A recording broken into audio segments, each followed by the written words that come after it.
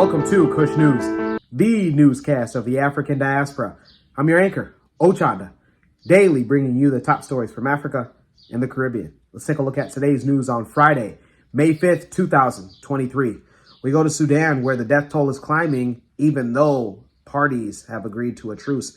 Sudan's health ministry on Tuesday announced that more than 550 people have been killed since fighting began between the Sudanese National Army and the Rapid Support Forces. The ministry stated in a statement that a total of 550 deaths, including over 4,500 injuries, were recorded in all hospitals. Abdel Fattah al-Burhan, the head of the Sudanese National Army, and Muhammad Hamdan, aka Hameti, the head of the Rapid Support Forces, Tuesday agreed on a 7-day ceasefire mediated by the neighboring country of South Sudan.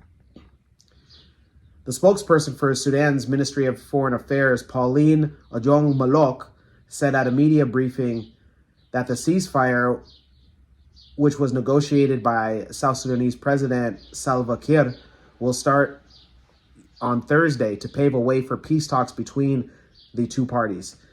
She stated the government of Republic of South Sudan has obtained the consent of two parties to the current conflict in Sudan to name their representative for peace talks. She added that Salva Kiir, during a telephone conversation with the two warring generals, stressed the need for a longer ceasefire. Earlier, the Rapid Support Forces accused the National Army of violating the humanitarian truce. Meanwhile, the Forces of Freedom and Change Alliance, a civilian political coalition, called on the Sudanese people to stage demonstrations demanding the end to the conflict. Those in Sudan, let us know your thoughts and let us know if, in fact, you feel that a longer ceasefire is to come. Let's go to Nigeria, where the military has announced that they're ready for any disturbances for the upcoming inauguration.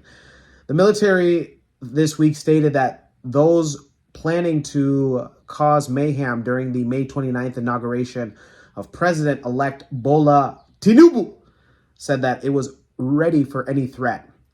The Director of Defense of Media Operation, Major General Musa Danmandani, told reporters in Abuja that the military had not seen reasons that the inauguration would not take place. He stated, as far as internal security is concerned, the police will remain the lead agency. The armed forces and other security operatives are only playing a supportive role. I'll reiterate that we're on standby to make sure nothing unwanted happens. The issue of threat to the security and the stability of the country is addressed promptly. Elections have come and gone. For the presidential election, a winner has announced. There is a transition committee in place comprising of all members of the security agencies, ministries, agencies of the government to make sure that the event is held successfully and without a glitch. We don't see any reasons why there should be any problems during the activity. The inauguration will come and go and nothing will happen.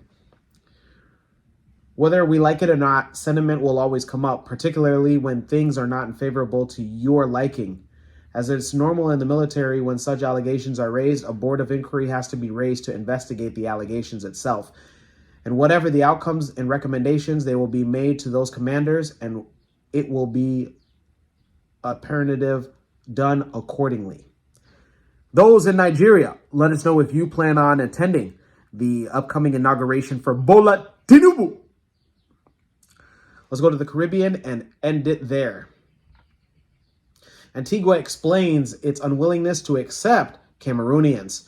Antigua and Barbuda is standing firm on its decision to not accept the 14 Cameroonians who are detained in St. Kitts and Nevis after being rescued from a sinking boat back in March. The government had previously said that it would have accepted the West Africans once they were released from custody of immigration officials on St. Kitts and Nevis, but Prime Minister Gaston Brown announced that the government was backtracking on the position because of fears that they will attempt to leave Antigua and Barbuda again. At yesterday's post-cabinet media briefing, Information Minister Melford Nicholas explained that the government's U-turn came after some of the immigrants and an Antiguan escaped from the confines of a community center, which was located just outside of St. Kitts and Nevis' capital, Basseterre. Nicholas said that the government does not want the Cameroonians to use Antigua as a migratory location. If the persons who were held in St. Kitts found a way to escape, clearly it was not with the intention of coming back to Antigua. So there seems to be an onward intent for them to continue to pursue entry into other places, such as the United States. It will now be up to St. Kitts and Nevis to repatriate the Cameroonians back home. Nicholas said that the government is continuing its assessment of the remaining West Africans in Antigua and Barbuda. Once the assessment, which is being done in conjunction with other organizations, a decision will be taken on who will be deported and who will be allowed to stay in Antigua. Meanwhile, the Minister of Health informed the cabinet on Wednesday that one of the Cameroonians who arrived in December of last year will give birth to a baby in less than a week.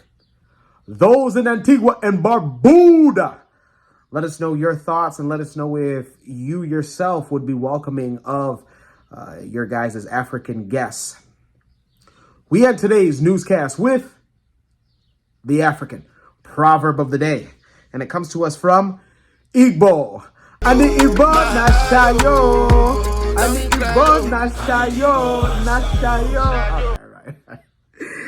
And it reads, when a once beautiful piece of cloth has turned into rags, no one remembers that it was woven by Ukwa master weavers. Once again, when a once beautiful piece of cloth has turned into rags, no one remembers that it was woven by Ukwa master weavers. Igbo proverb. Wow. Let me think if I got a like a little interpretation on that. Let's take furniture, for instance. It's not uncommon for a lot of us to, especially those of us that are married,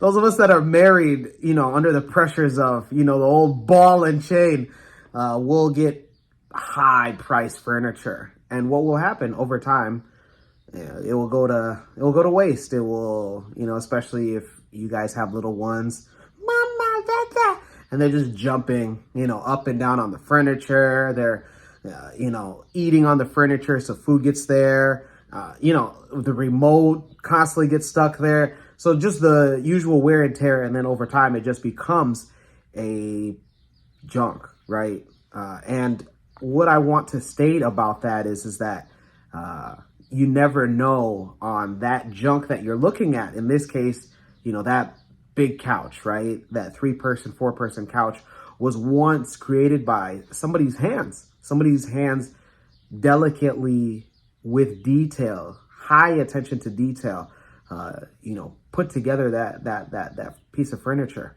in this case, that couch. So that's my interpretation. Let me know your interpretation of today's African proverb of the day, as well as your thoughts, comments, questions, and concerns on the top stories. Don't forget to like, subscribe, and hit that notification bell for today and any other time that we upload material. Also, feel free to follow us on Twitter. That's Kush_News1. Again, that's Kush_News1. Tomorrow, yes, tomorrow we'll have our first ever Twitter space, openly allowing and inviting you guys out there to discuss with us the top stories of the week, and we will try to do that every single weekend.